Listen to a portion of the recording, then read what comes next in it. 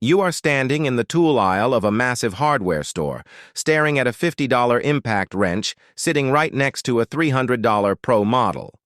It is the ultimate garage dilemma. Do you really need to spend top dollar, or are those cheap, off-brand power tools actually perfectly fine for a DIYer? Let us cut through the marketing hype and look at exactly what happens when you buy budget tools for your home garage, and when going cheap will actually cost you more money in the long run. The truth is, cheap power tools are not an automatic waste of money if you know exactly what you are using them for. If you only pick up a tool once every 6 months to hang a shelf, put together furniture, or take off a plastic car bumper, a budget tool will do the job perfectly. The internal brushed motors and lower-tier batteries are more than capable of handling light, occasional work around the house without burning out or letting you down.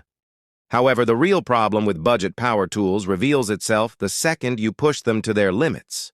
Cheap tools completely lack the sustained torque and internal build quality needed for heavy automotive work. If you try to use a discount impact wrench on a heavily rusted suspension bolt or a stubborn wheel lug nut, the tool will either stall out completely or overheat. You will end up frustrated with half-finished repairs, wishing you had just bought the professional-grade equipment in the first place. When you spend the money on professional name-brand power tools, you are paying for high-efficiency brushless motors, serious breakaway torque, and metal internal gears that can take a beating. But more importantly, you are buying into a high-quality battery ecosystem. Pro-tier batteries hold their charge longer, deliver consistent power in freezing garage temperatures, and can be swapped interchangeably across dozens of different heavy-duty tools that you will eventually want to add to your collection. So here is the ultimate rule for building your DIY home garage setup.